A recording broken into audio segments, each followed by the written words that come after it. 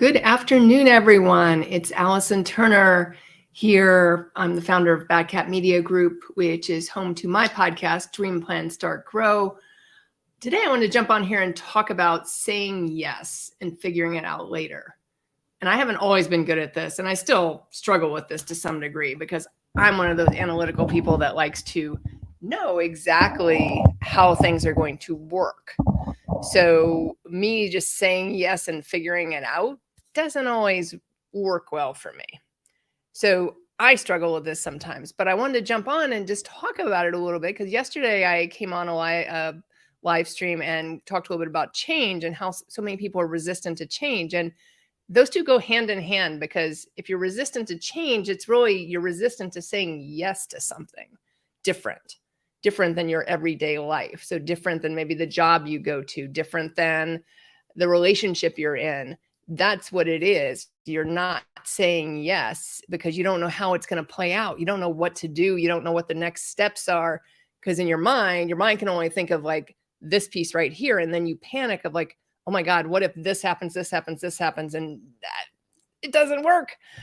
So I want to jump on here and talk a little bit about first a book that I read called The Year of Yes by Shonda Rhimes. So Shonda Rhimes, for those of you who don't know Shonda Rhimes, is the among other things, this is her bigger things, but she's done other things as well, creator and executive producer of the hit television series Grey's Anatomy, Private Practice, and Scandal. That's just some of the shows.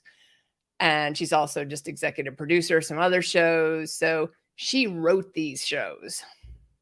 So she's, to me, she's like big time from the standpoint that she is great at what she does. But what she figured out that while she would say yes to scripts and writing these shows and being really good at that, what she wouldn't do is she wouldn't just say yes to anything else. She would just say no. And so people would stop asking her. Now that's kind of what happens, right?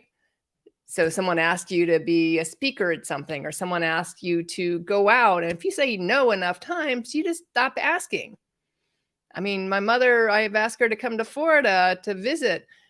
I stopped asking, and then she gets mad because I stopped asking. I said, well, every time I ask, you say, no, you can't do it right now.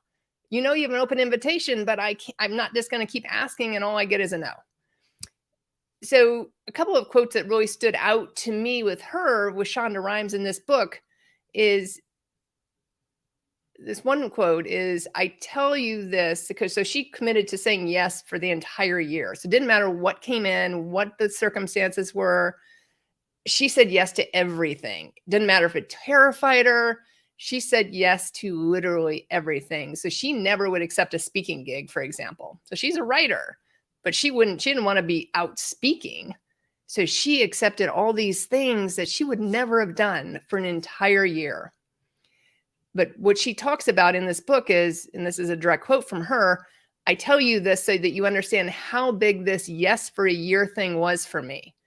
This year of yes thing was gigantic. The year of yes promise was a commitment, a binding contract between me and my greatest competitor and judge, me. Backing out would mean months of self-flagellation, plummeting self-esteem. I would talk about me like a dog. This thing would get ugly. So that's a direct quote from Shonda Rhimes. But I think one of the biggest things is that she talks about, which is a binding contract between me and my greatest competitor and judge, me. Because in reality, we're the ones saying no to things. So we're the ones that the situation's scary, it's unknown, we don't know what to do. And we're saying no because it's an unknown scenario. We don't know what is coming. So we just say no right away because I don't want to do that. I've gotten to the point where I never say no to anything at this point. I usually say no, not now, or I shouldn't say I usually say, but in certain scenarios, I say no, not this minute, at least not for now. Because what's happened to me in my past is like, oh no, I would never do that. If anyone else come up with that, like I would never do that. And then like 5 years later, you find yourself doing whatever that was. And you're like, okay, 5 years ago, I said, no, I would never do that. So now I just say, no, not at this point in my life. And if something changes in the future, great. And another great point she makes in this book, and I really encourage you to read this book. It's an easy read. It's very much about her story, and she weaves a lot of this into the story. So it's actually super interesting. She says, I think a lot of people dream. And while they are busy dreaming, the real happy people, the real successful people, the really interesting, powerful, engaged people, they are busy doing. Again, it's a matter of like, you dream about a situation. So maybe I dream I want to go to Israel, for example. But how do I make that happen? How do I say yes? Instead of saying, well, I don't have the money right now. I don't have the time to go over there. I don't have the resources, whatever it is. Instead of saying, no, I can't do it right now. How do I say yes and then figure it out? How do I keep in action? Again, we talked about this yesterday of how people, when they change, you go through change, and oftentimes you might go through struggle with that change. Not all the time, but sometimes. And then you get to that success period. So how in that change moment, do I say yes, or do you say yes and then figure it out?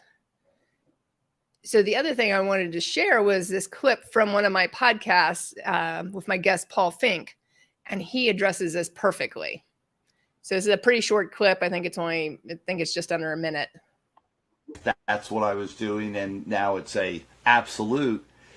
Hold on. Let me start at the beginning. I learned early on, and this is a mantra that I've had for a long time, that I've now realized that's what I was doing, and now it's a absolute, is say yes first and figure it out second.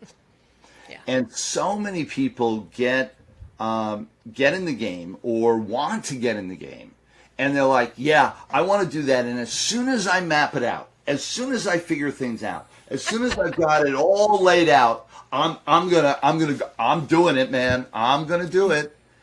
And instead, when from early on I just started saying yes, and I said yes, and then said, all right, now I'm committed. Now what do I do? And figured out the next step. So that was a short clip, but you can check out the whole podcast at dreamplanstartgrow.com, my website, or you can find it on my YouTube channel. But it's so true, because so often, especially people like myself that are more analytical and need to, like, I'm type A and I need to see things in place. I want to figure out all the steps before I do it, right? I don't want to just go do it. I just want to figure out the steps of like, what's going to make it happen. But I've learned that, over my life, that there are things that I've said yes to pretty quickly. I always thought in college, I went to college at Northwestern right outside of Chicago. And I always thought when I was at Northwestern, I hate cold weather, by the way. Hate. I was born in Florida. I spent my growing up years from age 6 to 18 in Indianapolis. And then I ended up in Chicago, and I love the city of Chicago. Love, love, love. If the weather was summer all year round, like here, like I'd be all into Chicago. But it's not. So I do not like winter. So finally, the blizzard of, I think it was 2000 hit. It was January 1st, and I was done. I had been talking about going back to Florida. I had talked about it. I knew I didn't want to go back to Indiana. I had no desire to live there. There really wasn't any other place I had a desire to go besides Florida. Now, mind you, Florida was a safe place for me because I knew it. I had grown up, I'd been here for 6 years. My grandmother had been here until I was 16 when she passed away. And I'd come down here on vacation all the time, like once a year since then. So I knew Florida. But it was still picking up, leaving friends in Chicago, coming to Delray Beach, where while I had been on vacation here, I didn't really know people here. It was getting a job here. It was starting a new life here. So everything was brand new. But I said yes, because I knew what I didn't want was the weather in Chicago in the wintertime. Number two, I've said yes to starting a business. So Paul just talked a little bit about, and I can take this off. Paul just talked a little bit about how so many people, they say yes, but they don't say yes right away. They say they're going to do something, but when I figure this out and when I put this in place, so when I get my website done, when I do this, when I talk to this person, when I do this, instead of just doing. So the person I started this business with 10 years ago, 9 years ago, she was really good at that, just doing. And at the time it drove, she and I kind of clashed because, again, I was more that analytical person. She would just go. But that was one of the strengths that she did have, was that she just went. And so I learned that, you can put things together pretty quickly and you can start a business pretty quickly and put the pieces in place. You just have to, say yes and then figure it out. And that's okay. When I've hired a coach for a large sum of money, I said yes. And then I figured out, okay, how am I going to pay that large sum of money? And I'm not talking $1,000, a couple $1,000. Join a coaching program. I love to travel. I am perfectly happy traveling on my own. Maybe certain countries I wouldn't go on my own, but most of the time I am happy traveling on my own. I would have no problem going to Western Europe on my own.